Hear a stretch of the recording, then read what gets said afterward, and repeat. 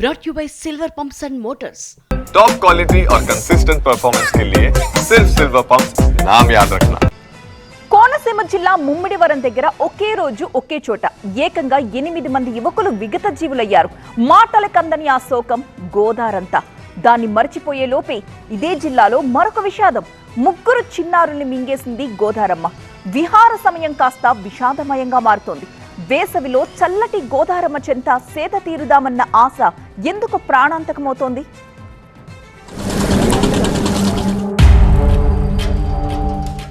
కోనసీమ జిల్లా ముమ్మిడివరం ఆ 8 మంది పాలిట శాపమయ్యింది.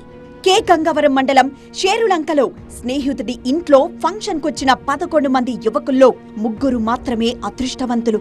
మిగతా వాళ్లంతా విగత జీవులుగా మారి వాళ్ల కుటుంబాలకు కడు దుఃఖాన్నే మిగిల్చారు.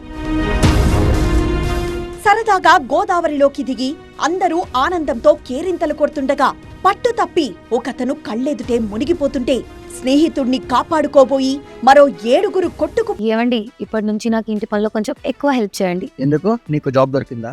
నాకు నేనే బాస్ అవ్వాలనుకుంటున్నా. ఎలా? బాస్ వాలా బీ ద బాస్. పోయి గల్లంతయ్యారు. ఒక్కొక్కరు 18 ఏళ్లైనా నిండని నవ యువకులు. మృతుల్లో 4 15 ఏళ్లలోపు కుర్రాళ్లే. ప్రవాహం తక్కువగానే ఉంది కదా అని భ్రమించి నదిలోకి దిగి కొద్దిగా లోపలికి వెళ్లి తర్వాత ప్రవాహం పెరుగుతున్న విషయాన్ని గ్రహించలేకపోయారు. ఒకరి చెయ్యి పట్టుకోబోయి ఇంకొకరు, 2 3 చివరకు 7 ఏటికి ఎదురెళ్లి గోదారమ్మ నీటికి దొరికిపోయారు. నిజానికి ఇది అంత డేంజరస్ స్పాట్ ఏమీ కాదు అనేది స్థానికుల మాట. వెకేషన్ కోసం ప్రతి వీకెండ్లో వందలాది మంది రావడం, సెల్ఫీలు తీసుకొని కాసేపు ఈత కొట్టి ఓపికుంటే నదీ స్నానం చేసి తిరిగి క్షేమంగా వెళ్లడం ఇదంతా ఎప్పుడూ జరిగేదే.